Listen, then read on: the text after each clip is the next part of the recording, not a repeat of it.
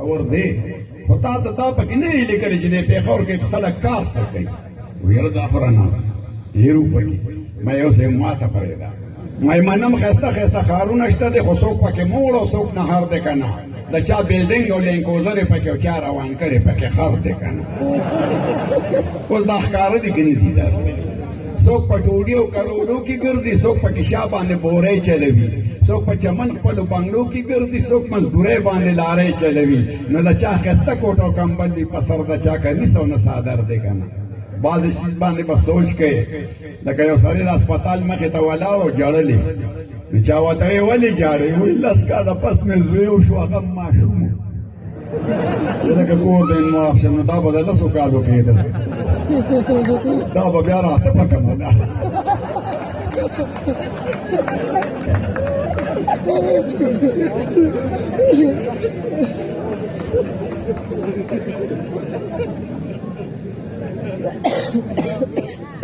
بل یو سړی و د سترګو اپریشن یې کړی و یو درې ورځې پس دی نه ډاکټر پټۍ کوله وکړه ورته یې نظر دی ټیک شو نه چې نه دی بیا ورته لاس داسې اوچت کوي زما د لاس دا ګوتې نه هغه ورته د لاس ګوتې نه زه تا نه وایي ته لاس ګوتې بیا ورته د هسپتال یو مزېداره نرسه مخې ته ودروله وایي ته یې نه وایي او والله ډېره ښکلې ده او بله وره ځان نه سادهګان مه جوړوي یو سړی د شپې کټ کې چغه کړي وایي یا ښځې یا ښځې رامنډه که که نه پالچ والې ما هغه ورته یا سړیه ته خو خبرې کې وایي نه په خولې نیمه والې وایي په خپو یې والې ما وایي په خپو یې څنګه والې وایي دواړه خپې مې یو ځای شوي دی او بېلېږي نه چې هغه ښځې ته کمبل اوچت که هغه یوه پنسه کې دواړه خپې ته دی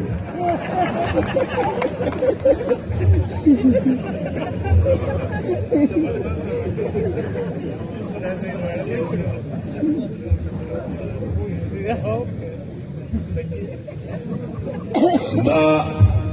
یو ځای کې یو انګریز و یو جاپاني و یو پاکستاني و هغه انګریز دغه جاپاني د اثر دی اوږې ته راښکته کړه دا چل کوي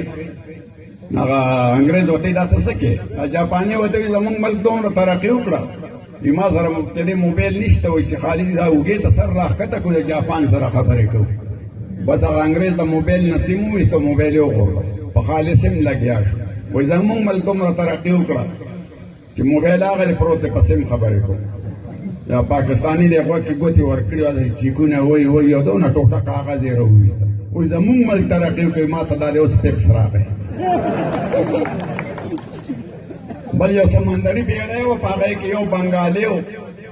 یو جاپاني و یو انګریز و یو پاکستاني و جاپاني وی چې تاسو څه شي دي سمندر ته وغورځول او ما راوویسته نو 1 لک روپۍ به راکوې که مې راونهویسته 1 لک به در کوم بس هغه جاپاني ورته د جامو د ګنډلو ستن ور واچوله بس هغې پسې ور ودانګل نیمه ګنټه پسې هغه ستن راوویسته دا جاپاني نه 1 لک واغېسته بس هغه انګریز ورته د ګړۍ د سیکنډونو ستن وغورځوله هغې پسې هم ټوپ کړی هغې هم سات پس راوویسته د هغه نه یې 1 لک واغېستې بس هغه پاکستاني ورته ډسپرین ګولۍ ور واچوله خو خورېږي دا پسې ډېرې لتې شتې ووالې ګوره د دنیا هر قوم مخکې سوچ کوي